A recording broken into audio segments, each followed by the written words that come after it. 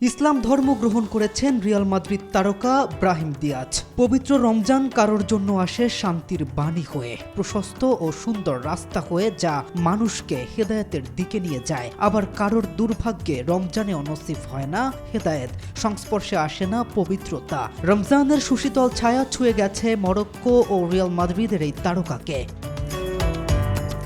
মরক্কোর সংবাদ মাধ্যমগুলো ঘটা করে প্রচার করছে এ তথ্য। পবিত্র রমজান 2026-এ তিনি নাকি আনুষ্ঠানিকভাবে ইসলাম গ্রহণ করেছেন। স্পেনের মালাগায় জন্ম নেয়া ব্রাহিম বড় হয়েছে এক মিশ্র পরিবারে।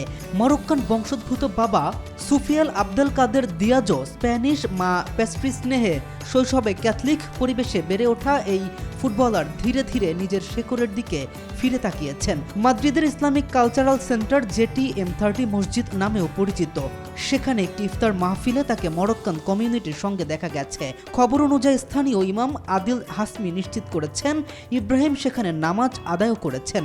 ঘনিষ্ঠ সূত্র বলছে এটি কোনো হঠাৎ সিদ্ধান্ত নয়, বরং হৃদয়ের গভীর থেকে উঠে আসা এক অনুভব, যেখানে তিনি খুঁজে পেয়েছেন শান্তি ও আত্মিক পরিতৃপ্তি। 2024 সালে স্পেনের বদলে মরক্কোর জার্সি বেছে নেয়ার পর থেকেই নিজের ঐতিহ্য ও পরিচয়ের সঙ্গে তার যোগাযোগ আরও দৃঢ় হয়। আর পরিবারের মুসলিম ঐতিহ্য, বাবা ও ভাইদের অনুশীলন তার পথ চলাকে প্রভাবিত করেছে বলেই ধারণা।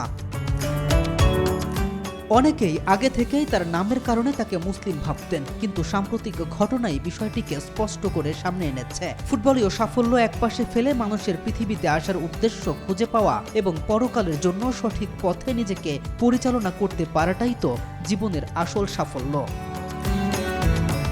কেম রাফিন, নিউজ 24।